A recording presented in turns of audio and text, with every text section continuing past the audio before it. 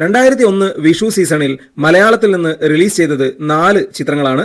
സുരേഷ് ഗോപിയുടെ 2 ചിത്രങ്ങളും മോഹൻലാലിന്റെയും കലാഭവൻ മണിയുടെയും ഓരോ സിനിമകളുമാണ് റിലീസിനെത്തിയത്. മാർച്ച് 30-ന് തിയേറ്ററിലെത്തിയ കലാഭവൻ മണിയുടെ കരുമാടിക്കുട്ടനായിരുന്നു 2001 വിഷു സീസണിലെ ആദ്യത്തെ റിലീസ്. വിനയൻ സംവിധാനം ചെയ്ത ഈ ചിത്രത്തിന് തിരക്കഥയൊരുക്കിയത് ജെ പള്ളാശ്ശേരിയായിരുന്നു. കലാഭവൻ മണിയുടെ നായികയായി എത്തിയത് നന്ദിനിയായിരുന്നു. മോഹൻ സിത്താര ഒരുക്കിയ ഈ ചിത്രത്തിലെ ഗാനങ്ങൾ അന്ന് വലിയ ഹിറ്റുകളായിരുന്നു. സിനിമ തിയേറ്ററിൽ സൂപ്പർ ഹിറ്റ് വിജയമാണ് നേടിയത്. ഏപ്രിൽ 6-ന് തിയേറ്ററിലെത്തിയ രാജസേനന്റെ ഹൊറർ ചിത്രം മേഘസന്ദേശമായിരുന്നു 2001-ലെ മറ്റൊരു വിഷു റിലീസ്.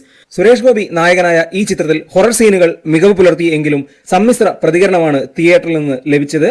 2001-ലെ വിഷുകാലത്ത് മേഘസന്ദേശം തിയേറ്ററിൽ പരാജയപ്പെട്ടു.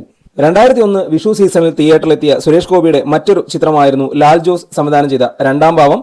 രഞ്ജൻ പ്രമോദ് തിരക്കഥയൊരുക്കിയ ഈ ചിത്രം തിയേറ്ററിലെത്തിയത് ഏപ്രിൽ 13-നാണ്. മികച്ച സിനിമയായിരുന്നുവെങ്കിലും ചിത്രം തിയേറ്ററിൽ വിജയിച്ചില്ല. ഏപ്രിൽ 14-ന് തിയേറ്ററിലെത്തിയ കാക്കക്കുയിലായിരുന്നു 2001-ലെ മോഹൻലാലിന്റെ വിഷു റിലീസ്.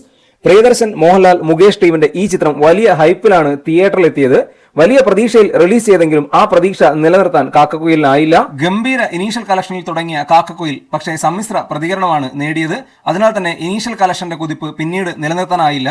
എങ്കിലും വെക്കേഷൻ കാലമായതിനാലും കുടുംബ പ്രേക്ഷകരുടെ അകമഴിഞ്ഞ പിന്തുണയിലും കാക്കക്കുയിൽ സൂപ്പർ ഹിറ്റ് സ്റ്റാറ്റസ് നേടിയെടുത്തു. ദീപൻ ചാറ്റർജി ഒരുക്കിയ ചിത്രത്തിലെ ഗാനങ്ങൾ വളരെയധികം ട്രെൻഡായി മാറിയിരുന്നു. അതുപോലെ പ്രിയദർശന്റെ ഗാനരംഗങ്ങളും വളരെയധികം കയ്യടി നേടി.